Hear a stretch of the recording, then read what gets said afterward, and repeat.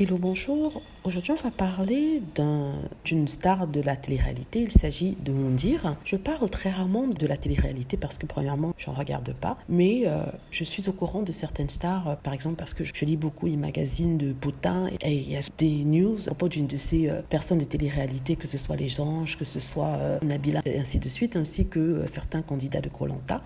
Mais une histoire vraiment m'a attristée. C'est assez effrayant. Donc, c'est à propos de Mondir qui est à l'hôpital souffrant du corona.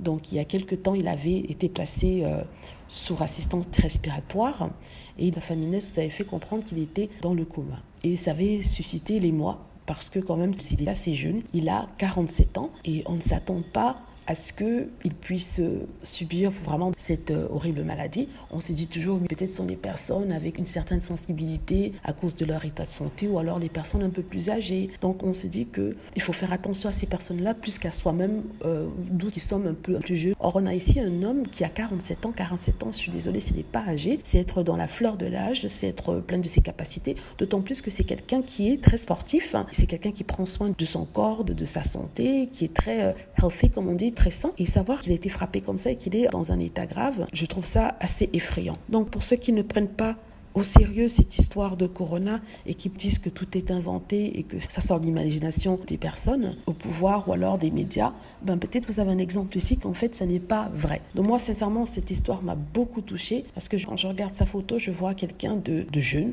quelqu'un de sain, il est fin, il est lancé, il fait beaucoup de sport et se retrouver comme ça sous assistance respiratoire, je trouve ça assez effrayant pour lui, pour sa famille, pour nous et pour les jeunes personnes qui ne prennent pas ça au sérieux.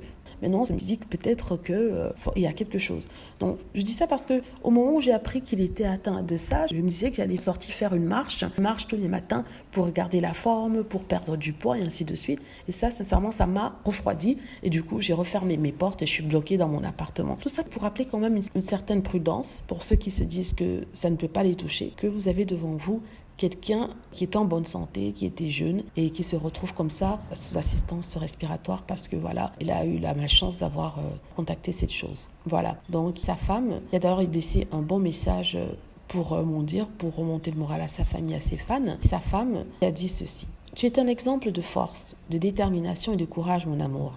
Ça y est, le plus dur est passé. Merci mon Dieu, merci pour vos prières, votre soutien. Vos messages, Mondir is back, je t'aime. » En fait, ce message veut dire que malgré la gravité de sa situation, il a réussi à s'en sortir et qu'il commence à s'en sortir. Donc, les prières des fans, et justement, ont quand même bien marché. Et tout ça, c'est juste pour vous dire ça. Faites attention. Même si vous pensez que ce n'est pas vrai, faites quand même attention. Voilà, j'espère que vous avez aimé la vidéo. Voilà, merci d'avoir regardé.